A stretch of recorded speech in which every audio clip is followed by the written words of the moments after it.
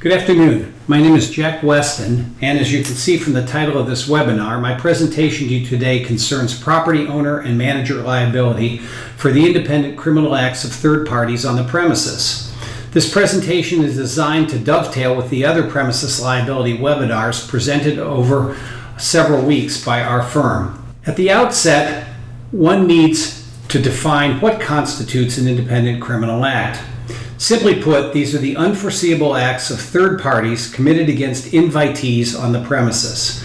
The third party can be a tenant, a visitor, or even a trespasser. If, however, an employee of the property owner or manager commits the acts, other considerations may arise, which are outside the scope of this presentation today. I believe it would be prudent to initially review the respective duties owed the various types of individuals found on the property. There are really three categories of people coming on the property. They are, in order from most to least duty owed, invitees, licensees, and trespassers. Invitees are those entering upon the premises at the express or implied invitation of the owner. They are either members of the public entering for a purpose for which the land is held open, or entering for a purpose connected with the business or other interests of the landowner or occupier. Invitees can include business customers, visitors, and guests. It's important to note that in Michigan, visitors to or tenants of an apartment complex are considered invitees and not licensees.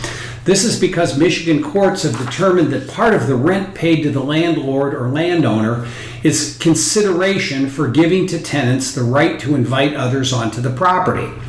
This distinction is clearly set forth in a number of Michigan cases, most notably Stanley v. Town Square Cooperative, citation 203 Mishap 143, a 1994 case, which I shall discuss in more detail shortly.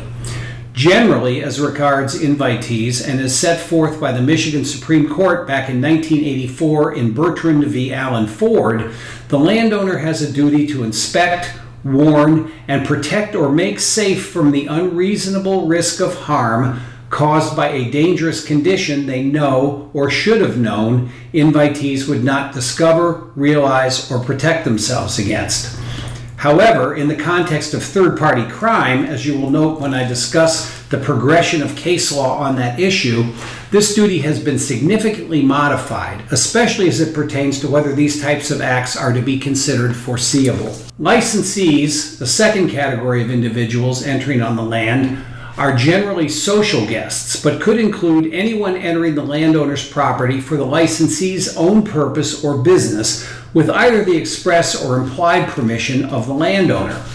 As noted previously, while one would ordinarily think that a guest of a tenant in an apartment complex who is a social guest entering the property for his or her own purpose, for example to visit the tenant, would therefore be a licensee, Michigan case law, however, has modified their standing and now regards them as invitees, not licensees. The duties owed licensees are somewhat diminished from those owed invitees. Generally, while the landowner does have a duty to warn licensees of known dangerous or concealed conditions, the landlord has no duty to inspect the property for these defects or to repair them. The third category of persons entering on the land are trespassers. A trespasser is one who comes on the land without either an invitation or privilege to do so. There's no duty of care owed to a basic trespasser suing for negligence because the trespass is unforeseeable. Furthermore, the landowner has no duty to inspect the property for the presence of trespassers. There are subcategories of trespassers, such as known, discovered, anticipated, and infant trespassers, where the duty is somewhat modified. However, that's outside of the scope of my presentation today. Can a duty be statutorily modified? The short answer is yes. It is possible to statutorily modify the duties owed to those who enter on the land because the legislature is freely empowered to modify duties by statute. Some confusion arises, however, concerning ordinances. Ordinances, as opposed to statutes, create no duty whatsoever. This has been long held by the Michigan Court of Appeals as exemplified by Johnson v. Davis, a 1986 case, and Ward v. Frank's Nursery and Crafts, Inc., a 1990 case. There is a caveat, however, under the Landlord-Tenant Act, which is found under Michigan Compiled Laws 554.139, often termed the Woodbury exception, after a case called Woodbury v. Bruckner. This case stands for the proposition that if properly pled by a plaintiff who is a tenant, the landlord loses the open and obvious defense where the plaintiff has pled a breach of the duty to repair under the Landlord-Tenant Act. This, however, only applies to tenants and has not been extended to invitees such as guests. As you may have discerned from my discussion of duty, the foreseeability of the risk plays a pivotal role in establishing the existence of a duty. As you will see, this distinction is even more important in the realm of third-party crime. I will now move to a discussion of the evolution of landowner liability in the courts as relates to the independent criminal acts of third parties. In Sampson v. Saginaw Professional Building, an employee of a tenant in an office building brought an action against the landlord of the building for injuries sustained by her when she was attacked in the building elevator by a mental patient who was receiving medical treatment at an entity that was another tenant in the building. A judgment was entered on a jury verdict for the employee, and the landlord appealed. The verdict was upheld by the Court of Appeals, and the leave to appeal to the Michigan Supreme Court was granted.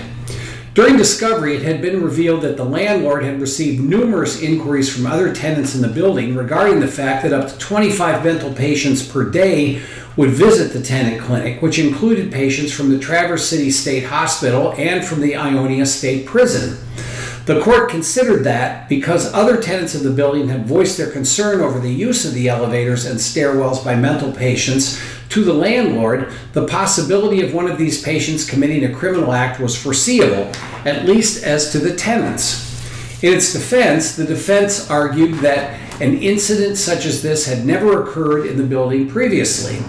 This testimony was supported by testimony from the director of the clinic, who testified that this was the first incident of this type that he was aware of in the history of the program.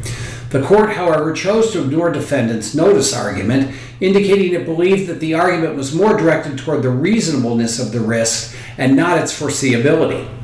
The court further ruled that the existence of the relationship between the landlord and its tenants and invitees placed the duty on the landlord to protect those tenants and invitees from the unreasonable risk of physical harm. Furthermore, the court ruled that the type of incident giving rise to this claim was foreseeable to the landlord and that the court believed the magnitude of the risk to be substantial. In sum, the court ruled that whether the landlord exercised reasonable care under the circumstances of this case was a question for the jury, and it further found no error in admitting testimony that the mental patient who had attacked and stabbed the plaintiff had stabbed another individual on a previous occasion. The court also found that it was the responsibility of the landlord to ensure that the common areas of the building were kept reasonably safe for the use of tenants and invitees. So, under Sampson, the court held that the landlord had specific affirmative duties to protect its invitees and tenants. Further, the court believed that third-party criminal activities could be foreseeable. In Eisner v. Lafayette Towers, which followed Sampson, involved an action brought against the landlord of a building by an invitee who was robbed and sexually assaulted in the building's parking lot. The landlord was granted summary disposition and plaintiff appealed. The Court of Appeals, following the holding in Sampson just discussed, held that a landlord owes a duty to its tenants to protect them from unreasonable risks of harm resulting from the foreseeable criminal activities of third parties within the common areas of the premises. In this case, the Court of Appeals indicated that its review of the evidence provided, both in support and opposition to the appeal, left numerous unanswered questions whether, under the circumstances of this specific case, the landlord might have had a duty to take some protective action regarding invitees, as well as whether the type of injury such as that suffered by plaintiff was foreseeable. The court therefore reversed the summary judgment entered by the trial court and remanded the case. There is no record showing that the case was ever resubmitted for appeal, so it likely settled. The significance of this case is that it affirms the belief held by the Supreme Court in Sampson that the criminal acts of third parties might be foreseeable. In Williams v. Cunningham Drug Stores, plaintiff was a business invitee shopping at defendant's drugstore when an armed robbery took place. For some unknown reason, during the ensuing confusion, plaintiff followed the robber out of the store and the robber turned and shot him. Williams filed a complaint against the store alleging that it had breached its duty to exercise reasonable care for plaintiff's safety. Specifically, Williams alleged that defendant had failed to provide armed, visible security guards. At the close of plaintiff's proof, defendant moved for a directed verdict based upon the fact that defendant did not have a duty to protect invitees from the unforeseeable acts of third parties. The motion was granted and plaintiff appealed.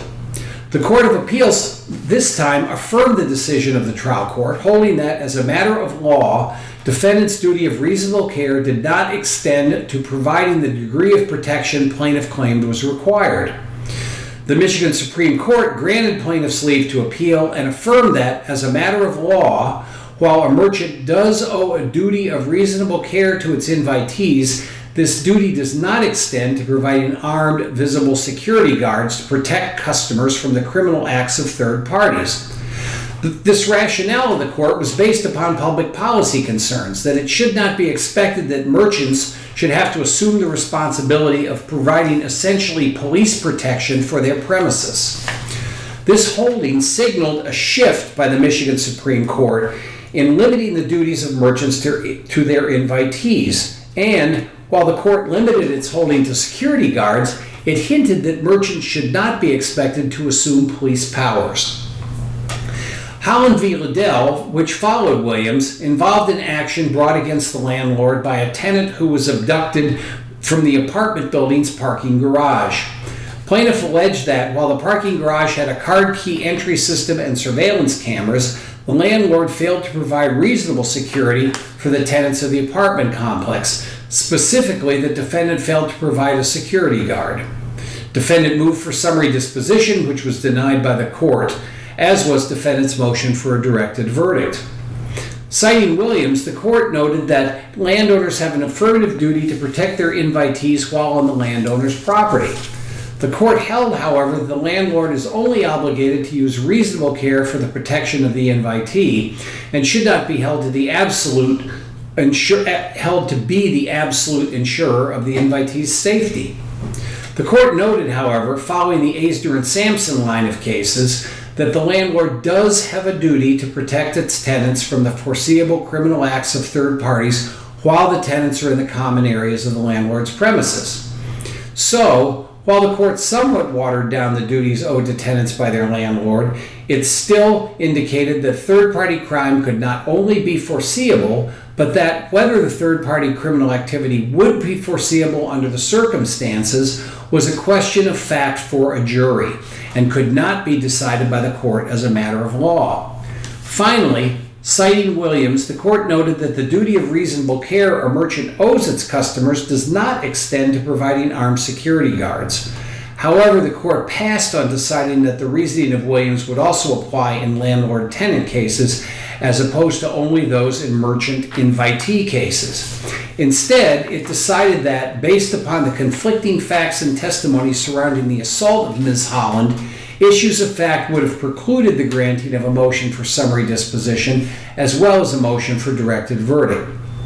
More disturbing in the holding, however, was the court's opinion that, while a landlord may have no duty to provide parking lot security guards, if it voluntarily assumed that duty, a cause of action could then arguably exist if the landlord was then negligent in performing this assumed duty. In this case, evidence had surfaced that the landlord had at one time hired a security guard, but when the guard died, had substituted the surveillance cameras instead. Interestingly, the Court of Appeals cited its holding in Scott v. Harper Recreation in support of this theory. The Michigan Supreme Court, however, reversed the holding of the Court of Appeals in Scott that same year in this next case. In Scott v. Harper Recreation, an unidentified gunman shot and killed a plaintiff in defendant Harpo's parking lot. At issue in the case was the fact that the defendant nightclub had advertised that it had a lit and guarded parking lot. Plaintiff claimed that he had relied upon the assertions of the landlord that the parking lot was secure as a basis for his patronage. Further, plaintiff alleged that because defendant had issued the advertisements regarding the secure parking lot, it has assumed the responsibility to provide a secure area to patrons. The circuit court granted summary disposition for defendant and plaintiff appealed. The Court of Appeals reversed, following its line of reasoning set forth in Holland, and remanded the case, basing its opinion on the fact that, by virtue of advertising a safe and secure parking lot, defendant had assumed a duty that would not ordinarily have had, and that this therefore created issues of fact that would preclude granting a motion for summary disposition. Defendant appealed this ruling, and the Michigan Supreme Court reversed the Court of Appeals, basing its ruling in part on its holding in Williams. The court noted that, in this case, plaintiffs sought to avoid the rule of Williams by relying on the principle that the person who voluntarily undertakes a responsibility can be held liable if the responsibility undertaken is performed negligently. The court specifically held that it rejected the notion that a merchant who makes its property visibly safer has increased the risk of harm by causing people to be less anxious. It also held that, by virtue of the fact that merchants are not ordinarily responsible for the criminal acts of third parties, liability may not be imposed on a merchant who, in a good faith effort to prevent crime, fails to prevent all crime, nor may suit be brought on the theory that the safety measures taken are less effective than they could or should have been. This holding signals an easing of the expectations on property owners, at least as far as merchants are concerned. In Stanley versus Town Square Cooperative, an invitee brought an action against the property managed company when she was robbed and assaulted in the parking lot of the complex. Plaintiff alleged that the management company and apartment cooperative association had breached their duty to keep the common areas of the cooperative reasonably safe. Defendant filed a motion for summary disposition, which was granted by the trial court. Plaintiff appealed, and the Court of Appeals affirmed the holding of the trial court. The Court of Appeals held that the landlord did have a duty to protect tenants and their guests from foreseeable criminal activities in common areas of the premises because the landlord possessed exclusive control over these common areas. The court further held that, while the landlord also had a duty to take reasonable measures to protect its invitees from conditions on the land created by the landlord, which presented unusual risk of criminal attack, the landlord did not have a duty to make its premises safer than the surrounding community. Again, while still imposing some duty based on the belief that at least some crime is foreseeable, the court was beginning to chip away at the amount and type of duty owed. In Mason v. Royal de Quinder, plaintiff and three friends were patrons at a bar. One of plaintiff's friends got into an altercation with an individual with whom he was familiar. Employees of the bar broke the fight up and ejected the person who had attacked plaintiff's friend, instructing the others to wait inside until the attacking individual had left the premises. At a later point, plaintiff emerged into the parking lot where he was confronted by his friend's assailant, who then assaulted plaintiff. Plaintiff sued the bar on both dram shop and premises liability theories. At the close of plaintiff's proofs, the trial court granted defendant's motion for directed verdict on the dram shop claim, but denied the motion on the premises liability claim. Defendant appealed, and the Court of Appeals reversed, citing both Williams and Scott. Specifically, the Court of Appeals held that, while landowners do have a special relationship with invitees, they are not the total insurers of their invitees' safety and do not have a duty to protect invitees from unforeseeable, unreasonable risks. However, the court also held that it believed that merchants did have a duty to use reasonable care to protect identifiable invitees from the foreseeable criminal acts of third parties, and further that they must use reasonable measures to do so. While the court did not find that defendant in this specific case had a duty to take reasonable measures to protect the plaintiff, this holding obviously raised the bar for landowners regarding the criminal acts of third parties. This holding, however, was short-lived. In Crass v. Tri-County Security, a case handled by our firm, plaintiff was shot and killed in defendant's parking lot after he had parked in an area where a security company employee employed by the venue had directed him to park. Plaintiff sued both the landowner and the security company. However, because the landlord was in bankruptcy, that portion of the litigation was stayed.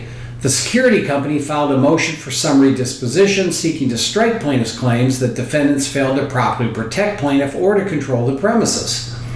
The court granted the motion, finding that the security company owed no duty to plaintiff to protect him from the criminal acts of third parties. Plaintiff appealed, and the Court of Appeals Following the line of cases stemming from Williams, likened this matter to the Scott case discussed previously, where the plaintiff had attempted to avoid this holding in Williams that merchants are not ordinarily responsible for the criminal acts of third parties, simply by alleging that the landowner or merchant had assumed a duty and negligently performed it. Accordingly, the Court of Appeals affirmed the holding of the trial court and the case was dismissed. In McDonald v. PKT, a significant Supreme Court case handled both at the trial and appellate levels by our firm, a spectator at a concert held at the Pine Knob Theater brought suit against the owner of the property for injuries allegedly received during a sod throwing incident at the venue. Plaintiff filed suit alleging that defendant was negligent in failing to provide proper security to protect her from the type of injury she suffered. Defendant moved for summary disposition, arguing that it did not have a duty to protect invitees from the criminal acts of third parties. The trial court granted defendant's motion and plaintiff appealed. The Court of Appeals reversed the trial court, holding it believed that there were issues of fact as to whether the sod throwing incident created a foreseeable risk of harm, and further whether the security measures taken by defendant were reasonable under the circumstances. Defendant then appealed, and the Michigan Supreme Court granted an application for leave. In an opinion that overruled its prior holding in the Mason v. Royal DeQuinder case, which I discussed a moment ago, the court held, quote, subjecting a merchant to liability solely on the basis of a foreseeability analysis is misbegotten.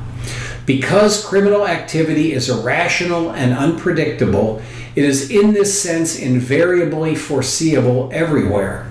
However, even police who are specifically trained and equipped to anticipate and deal with crime are unfortunately unable to universally prevent it. This is a testament to the arbitrary nature of crime. Given these realities, it is unjustifiable to make merchants, who not only have much less experience than the police in dealing with criminal activity, but who are also without a community deputation to do so, effectively vicariously liable for the criminal acts of third parties, close quote. Based upon this analysis, the court held that a merchant has no general obligation to anticipate and prevent criminal acts against invitees, and its only duty to respond is to make reasonable efforts to contact the police. In support of this, the court relied upon its prior holdings in Williams and Scott. Significantly, in overruling Mason v. Royal DeQuinder, the court held that it is only present activity on the premises and not any past activity that creates a duty to respond to a risk of imminent harm to invitees by the criminal acts of third parties. In essence, the court held that because of the irrational and unforeseeable nature of third-party crime, simply because criminal acts had occurred on the premises on a previous occasion does not give rise to notice of potential future criminal acts. This holding severely gutted the significant duties previously owed by merchants to their invitees in cases such as Sampson, because it essentially held that crime, by its nature, was not generally considered foreseeable, and no duty could therefore arise. Under this case, the only duty of a merchant is to reasonably summon the police when given notice that a crime has occurred. In Trestane v. Occidental Development, a case which I personally handled, it involved a woman who was assaulted and robbed in the parking lot of an apartment building where she had gone to visit her boyfriend, who was a resident. Plaintiff argued that McDonald in the prior cases concerning the duties owed invitees relating to third-party crime applied only to merchants and not to other types of landowners such as landlords. Our argument was that while it is true that in most of the prior cases the defendants had been merchants of one sort or another, for example a drugstore, a concert venue, a club, or a bar, those cases had also discussed duties owed by landowners, albeit in more general terms. We additionally argued that a comparison of the duties owed invitees by landowners versus those owed by merchants found them to be identical. We argued that McDonald should therefore equally apply to property owners in general. The trial court agreed, granting our motion for summary disposition. Plaintiff appealed to the Michigan Court of Appeals, but the trial court ruling was upheld in an unpublished opinion. In Ridley v. Thompson Towers Limited, which was yet another case handled by our firm, plaintiff was a tenant at defendant's premises, brought suit after she was beaten with a golf club in the lobby of the apartment building by her former boyfriend. Plaintiff had told the apartment complex that she did not wish the boyfriend to be allowed into the building. Defendant's employee saw the boyfriend in the lobby of the building and told him that plaintiff did not want to see him anymore. Shortly after the exchange, plaintiff appeared in the lobby where her boyfriend began beating her with a golf club. Defendant's employee immediately called the police. Defendant filed a motion for summary disposition based upon no breach of duty, which the trial court denied. Defendant appealed. While the Court of Appeals reversed the trial court, it did so without addressing defendant's contention that the holding in McDonald would apply equally to landlords. Instead, the Court of Appeals focused solely on the particular facts of the case, holding that there was no proximate cause because the attack on plaintiff was unforeseeable to defendant, and defendant responded appropriately by promptly calling the police. In Graves v. Warner Brothers, a very public case, defendant, the Jenny Jones Talk Show and Warner Brothers, the talk show's producer, appealed a judgment of almost $30 million entered in favor of plaintiff's personal representatives in the Oakland County Circuit Court. The personal representatives of plaintiff Scott Amador had brought an action against a guest on the Jenny Jones Talk Show after Amador had revealed on the show that he had a homosexual crush on the man who ultimately killed him. Defendant's motion for summary disposition on the issue of duty was denied by the trial court, and the jury found in favor of the personal representatives. The appellate court reversed and held that defendants did not owe a duty to the decedent. The appellate court noted that, in general, there was no legal duty obligating one person to aid or protect another. Moreover, an individual had no duty to protect another from the criminal acts of a third party in the absence of a special relationship between the defendant and the plaintiff, or the defendant and the third party. The appellate court held that there was no special relationship between defendants and Amador that warranted the imposition of a duty. Any relationship defendants had with the decedent by inviting him to be on the show ended when the decedent left the show. The judgment of the trial court was vacated, and the matter was remanded to the trial court with directions that it enter judgment in favor of defendants. The significance of this ruling is that it essentially held that duty is limited to reasonably responding to situations that occur on the premises and pose a risk of imminent and foreseeable harm to identifiable invitees, and the duty to respond is limited to contacting the police. This duty does not continue after the merchant-invitee relationship ends.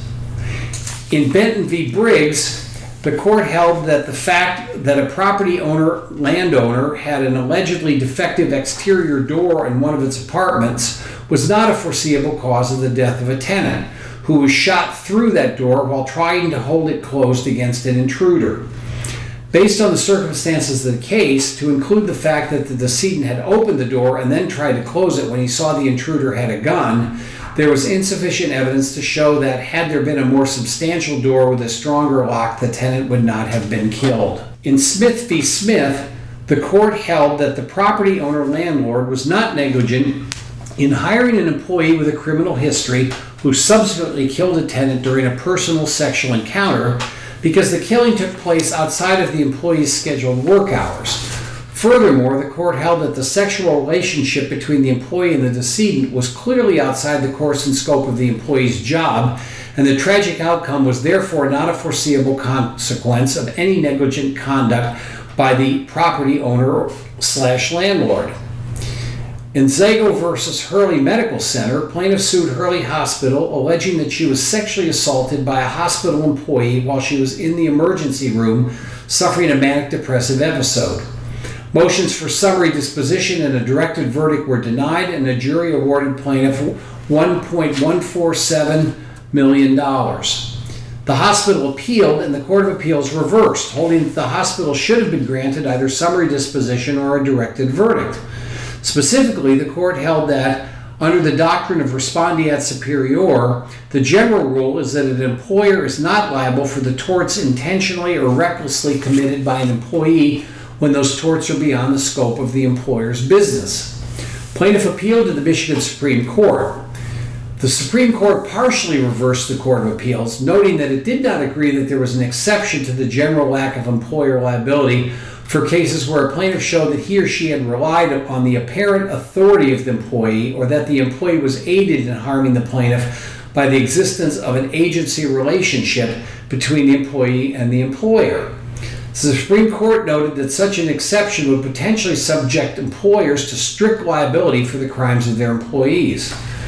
Because the court declined to adopt this exception, plaintiff in this case failed to establish that the hospital was vicariously liable for the sexual misconduct of its employee, who was clearly not acting within the scope of his employment when he engaged in acts of sexual misconduct with the patient. Therefore, the generally recognized exception to the respondeat superior rule of employer liability, found in 1 Restatement Agency 2nd, Section 219(2)D, under which an employer would be liable for the torts of an employee acting outside of the scope of his or her employment when the employee is aided in accomplishing a tort by the existence of the relationship, was not adopted in the state of Michigan. In Velez v. Dollar Tree Stores, a 2006 case, the court held that Dollar Tree owed no duty to a customer assaulted by another customer except to make reasonable efforts to contact the police, even though Dollar Tree had its own security personnel in the store. The following year, in Lamar versus Ramada Franchise Systems, the case involved a fight between two guests of a hotel on New Year's Eve. Allegedly, the two combatants had argued earlier in their evening at one of the several parties that had been booked at the hotel.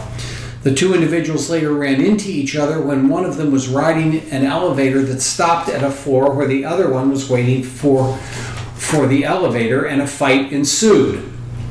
The issue was whether, because of the earlier altercation between the two, the hotel should have been on notice, the authorities should have been summoned earlier. The Court of Appeals held that the reasonableness of the defendant's efforts to contact the police should be decided by the jury and not the court. This case is distinguishable, however, because there was a factual dispute as to how long defendant had known the fight had been going on at its hotel before it called the police, which related to whether defendant's response to the fight was reasonable or not.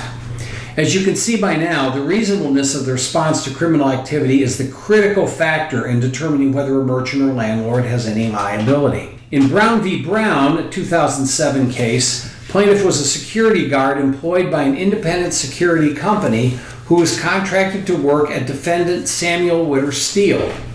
An employee of Samuel Witter Steele raped the security guard at the corporation's facility. The employee had no prior criminal record, no history of violent behavior, and no history indicating that he harbored a propensity to commit rape. However, the security guard alleged that the employee routinely made sexually explicit comments to her. At issue was whether the corporation's knowledge of such comments created a basis for holding the corporation liable for the rape. The case was dismissed by the trial court on motion based upon no liability for the independent criminal act.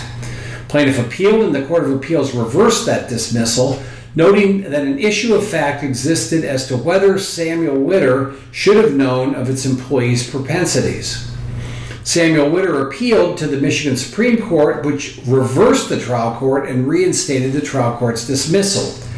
Specifically, the Supreme Court held that where an employee had no prior criminal record or history of violent behavior indicating a propensity to rape, the corporation, his employer, was not liable solely on the basis of the employee's lewd comments for a rape perpetrated later by that employee when those comments failed to convey the unmistakable, particularized threat of rape. Because the employee did not commit prior acts that would have put the corporation on notice of his propensity to commit rape, and his workplace speech was not predictive of this criminal act, the corporation could not be held liable. It should be noted, however, that if an employer does have knowledge of past acts of impropriety, violence, or disorder on the part of the employee, that knowledge is generally considered sufficient to potentially place an employer on notice of the employee's violent propensities. And that's a case called Hirsch v. Kentfield Builders, Inc., 385 Mich. 410, a 1971 case. In Bailey v. Schaff, a 2011 case, a resident of defendant apartment complex, Laura Green, told two contract security guards by the complex named Baker and Campbell that there was a man on the premises with a gun. She told them that he was waving the gun around and threatening to shoot the guests, and later asserted that she pointed the area of the gathering and identified the man with the gun to the guards. Despite Green's warning, Baker and Campbell chose not to investigate this situation. Instead, they chose to drive an unrelated intoxicated resident back to his apartment. Approximately 10 or 15 minutes after they dropped off the intoxicated resident, Baker and Campbell heard 2 gunshots. They drove back to the gathering where they observed a man, later identified as Plaintiff Bailey, lying face down with 2 gunshot wounds in his upper back. Bailey suffered severe injuries, including a spinal cord injury and paraplegia. Bailey sued, alleging that the defendants were liable for the shooting under theories of negligence, premises liability, and vicarious liability. The Genesee County Circuit Court dismissed plaintiff's claims against the owner and manager of the apartment complex on motion, and plaintiff appealed. The Court of Appeals held that the trial court did not err to the extent that it dismissed the claims premised on any duty by defendants to provide security or otherwise make the premises safe from criminal activity. However, it did rule that the trial court erred to the extent that it determined that plaintiff did not state a claim that defendants failed to respond properly through their agents to the imminent threat that a shooter posed. The court held that defendants had a duty to call the police once they had knowledge of an ongoing emergency that posed a foreseeable risk of imminent harm to an identifiable invitee or class of invitees. This by virtue of them being told of a person waving a gun. A premises possessor has a duty to take reasonable measures in a response to an ongoing situation that was occurring on the premises, which meant expediting the involvement of or reasonably attempting to notify the police when they were first given notice that there was a man with a gun threatening to harm people on the property, which they didn't do in this case. The message here is that the landlord owes a duty to both tenants and their guests to take reasonable measures within a reasonable period of time in response to ongoing crime taking place on the premises. While this generally means calling the police and landlords and the agents are not expected to fight crime themselves, the response must be timely, which, in this case, it was not. This case is also important in reinforcing the fact that landlords are under no duty to provide security services for their properties, and if security services have been provided, it does not create a duty for those security services to prevent crime. Note, however, a landlord will be held responsible if the security services it has hired, who are considered contract employees, fail to timely notify police to an ongoing crime on the property. In Zarembeski Cole v. Bedrock Management Services, plaintiff was attacked in the lobby of a building where she worked by a woman named Carolyn Winfrey. Winfrey had attacked another employee working in that building about 3 months prior. Defendant owned the building and provided security services through a contractor, Guardsmark LLC. Plaintiff filed a premises liability action against defendant, alleging that it had breached a duty of care owed to her by virtue of her status as a tenant in the building. Defendant moved for summary disposition, arguing that it did not have a duty to anticipate, prevent, or protect against the criminal acts of a third party perpetrated against an unidentified person, even if there had been a similar attack against a different person in the past. Defendant argued that it had fulfilled the duty owed to plaintiff because the police were called when plaintiff was attacked. In other words, after she had been identified as a potential victim. Plaintiff argued that defendant owed a heightened duty to maintain the common areas of its building so that it was reasonably safe for its tenants because it should have known that Winfrey posed a foreseeable risk of harm to anyone in her vicinity by virtue of the prior attack. The trial court agreed with defendant's position, however, dismissing the case, and plaintiff appealed.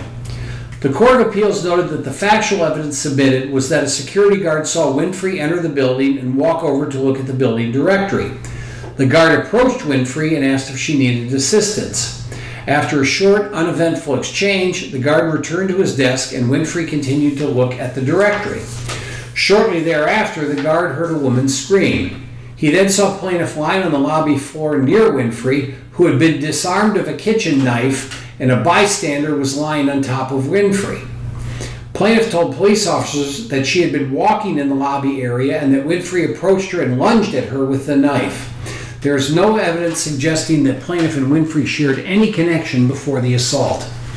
The plaintiffs did not dispute that Winfrey was arrested about 3 months earlier for assaulting another individual who worked in plaintiff's building. The court noted, however, that the record was bare of any evidence that this prior assault was in any way related to the assaulted plaintiff, and there was no relationship through work or otherwise between plaintiff and the prior victim, and therefore didn't create a heightened duty. Under the holding in Bailey discussed previously, defendant's duty of care to plaintiff would therefore have been triggered only after defendant had notice of a specific situation occurring on the premises that would cause a reasonable person to recognize the risk of imminent harm to an identifiable invitee. In this case, the record revealed that no reasonable risk of imminent harm to plaintiff was apparent until Winfrey attacked plaintiff.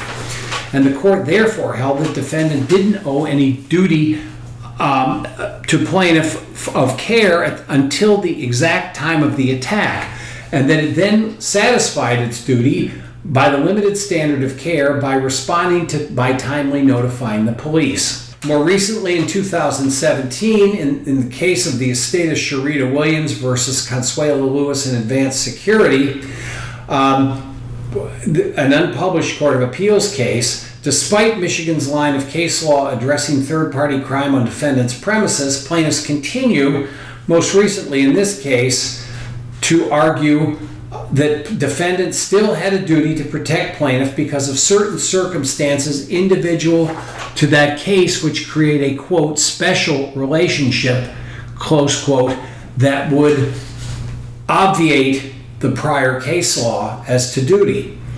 This case arose from a workplace murder-suicide that took place at the Detroit area medical clinic operated by Park Family Healthcare. Myron Williams, a maintenance man at Park, entered the clinic on the morning of April 9, 2013, and fatally shot plaintiff's decedent, Sharita Williams, also an employee of the park, before setting the building on fire and taking his own life. Defendant Consuelo Lewis was on duty that morning working as an unarmed security guard for Advanced Security, the company with which Park had contracted to provide security services at the clinic. Williams had been romantically involved with Myron, her co-worker, for about a year when Williams discovered that Myron, a married man, had no plans to leave his wife. The fact that Sharita and Myron had the same last name is coincidental, by the way. After Sharita ended the relationship, Myron began harassing her and her new boyfriend with telephone calls and over social media. Sharita also complained that Myron was stalking her and threatening her and her children with physical violence. Sharita told this to several co-workers, including the security guard Lewis, as well as the fact that she suspected Myron of breaking into her home, stealing her van, an incident which occurred about a month before the shooting and which prompted Williams to relocate her residence. Sharita reported Myron's threats to the police on multiple occasions, and only 6 days before the shooting, she obtained a personal protection order against Myron. Lewis knew about this, as Sharita asked Lewis to serve the personal protection order on Myron, although Lewis declined to do so. Defendants moved for summary disposition, arguing that they could not be found liable because Myron's act was unforeseeable and they had no duty to protect Williams against Myron's unforeseeable criminal act. Plaintiff, however, argued that a special relationship had been created because Lewis was aware that Williams had obtained the PPO against Myron and that Lewis had therefore had a duty to call 911 or alert someone that Myron had entered the clinic while Sharita was inside. The trial court denied defendant's motion after determining that questions of fact remained regarding the foreseeability of Myron's criminal acts and whether there was a duty for Lewis to protect Sharita. The fact that plaintiff had told defendant Lewis, a security guard working for defendant Advanced Security at plaintiff's workplace, that plaintiff's ex-boyfriend, a co-worker, was stalking her and threatened violence did not create a special relationship, and defendants therefore had no legal duty to take any action or warn plaintiff to prevent a crime, which was her murder by her ex-boyfriend.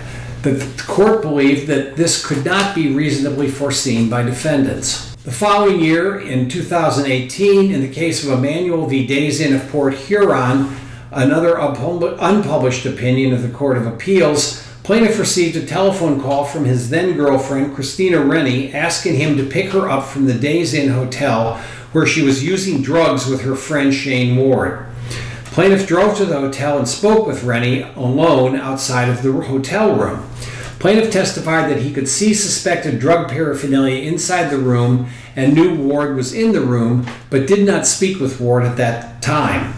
In an effort to defuse the situation, Rennie asked plaintiff to wait in the hotel lobby while she gathered her things. Plaintiff testified that he went to the lobby and informed the receptionist that she needed to call the police or do something about what was going on in the room. The receptionist declined to call the police, and roughly 10 or 15 minutes later, Ward appeared in the lobby and threw a drink in plaintiff's face, knocked him to the ground, and began kicking him violently. Plaintiff sustained a fractured tibia and kneecap as a result. Plaintiff filed suit against Ward, Days Inn of Port Huron, and Port Huron Knights for negligence, premises liability, and assault and battery. Defendants Days Inn and Port Huron Knights filed motions for summary disposition. Defendants argued they didn't breach any duty of care to plaintiff. In response, plaintiff attached an affidavit claiming that he asked the receptionist to call the police because Ward threatened to attack him. This, however, was in direct conflict with his deposition testimony, where he said he asked the receptionist to call the police to get them out of the room. Plaintiff claimed the affidavit was merely meant to clarify his testimony, but that was not the case on review. The trial court therefore excluded the affidavit from consideration and granted the motions for summary disposition. Plaintiff then appealed. The Michigan Court of Appeals examined long-standing case law pertaining to duties owed by premises owners for criminal acts on the premises. Relying on the McDonald v. PKT case, the court held that a hotel receptionist had no duty to protect plaintiff from potential future criminal activity. In order for a duty to arise, there must be an imminent threat of harm. In addition, the court underscored the importance of properly using affidavits to clarify, not contradict, prior deposition testimony. In 2020, in the case of Grifo v. CloudX Partners Holdings, this involved a very different, more cutting-edge scenario than has been seen in the previous cases.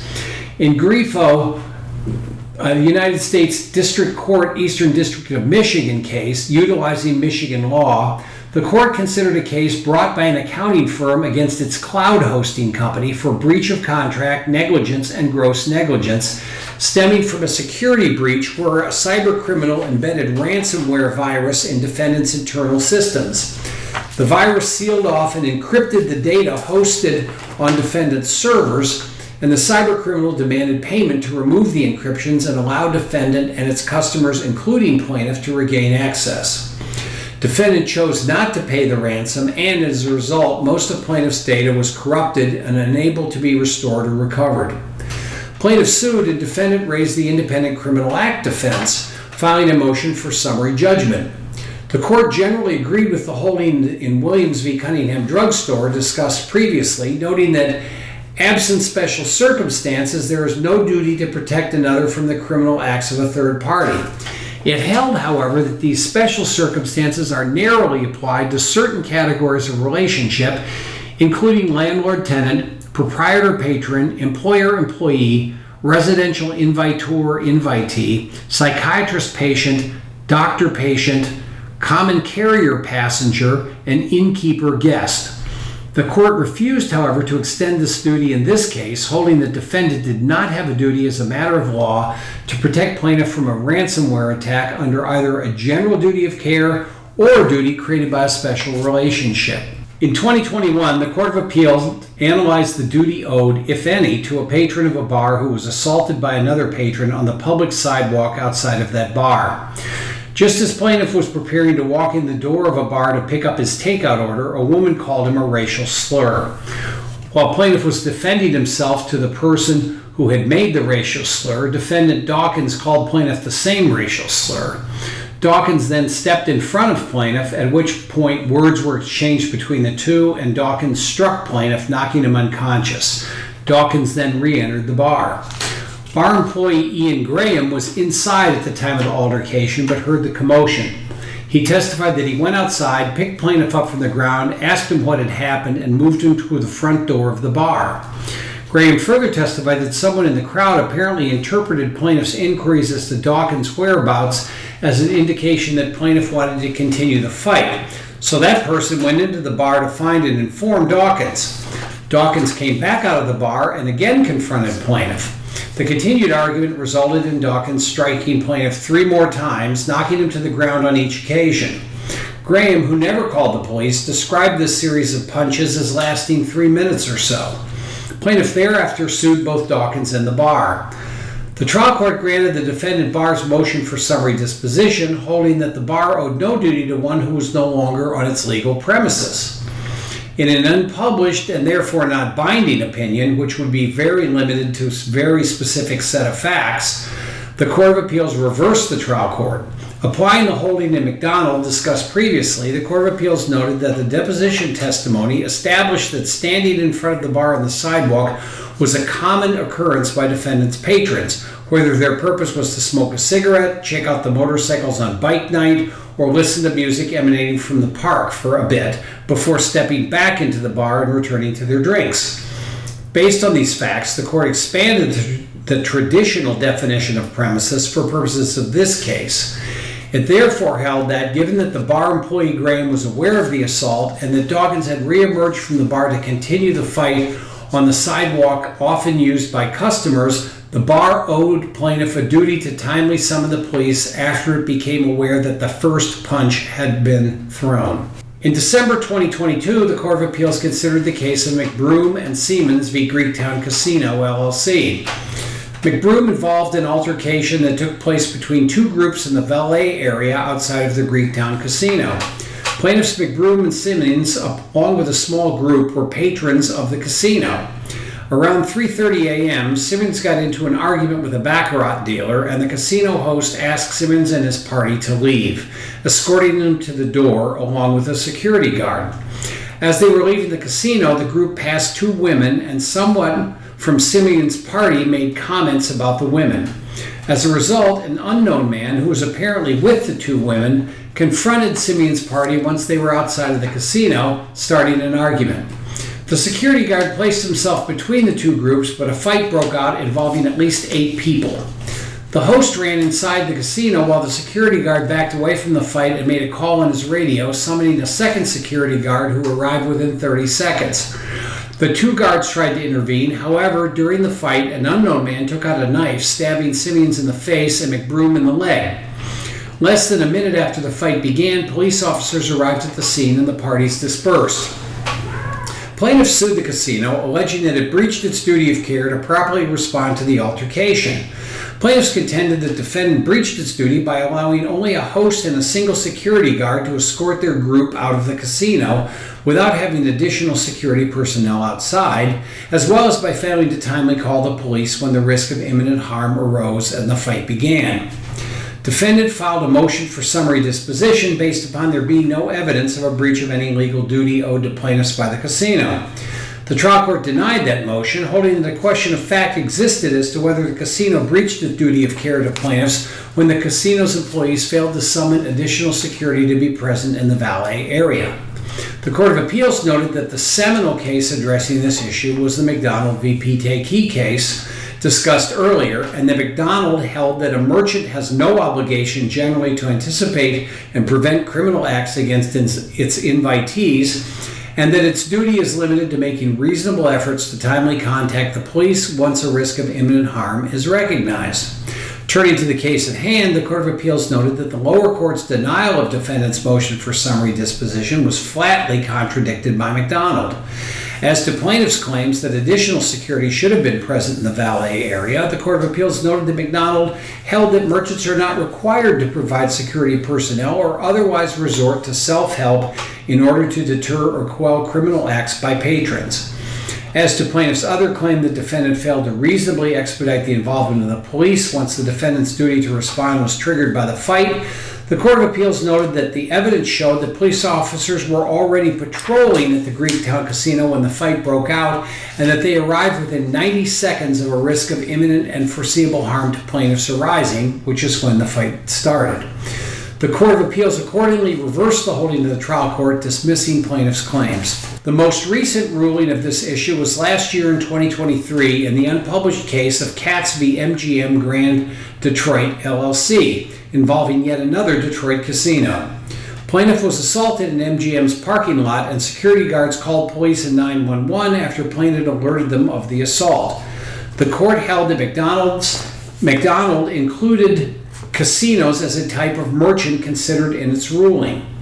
Additionally, the court rejected the plaintiff's argument that defendant, MGM, was an innkeeper, owing him a special duty, where the facts showed the plaintiff was not a guest of the hotel. Instead, the facts established the plaintiff was an invitee of the defendant merchant invitor, and that the defendant casino acted in accordance with its duty owed to plaintiff. The bottom line as to what the landowner's duty relating to criminal acts on the premises is that the only duty of landowners and merchants in responding to an independent criminal act in the common areas of the premises is to make reasonable efforts to timely contact the police. I won't be in my office the day this webinar is scheduled to be broadcast, but should anyone have any questions, they should feel free to contact me either at the telephone number or email address on the screen. Thank you.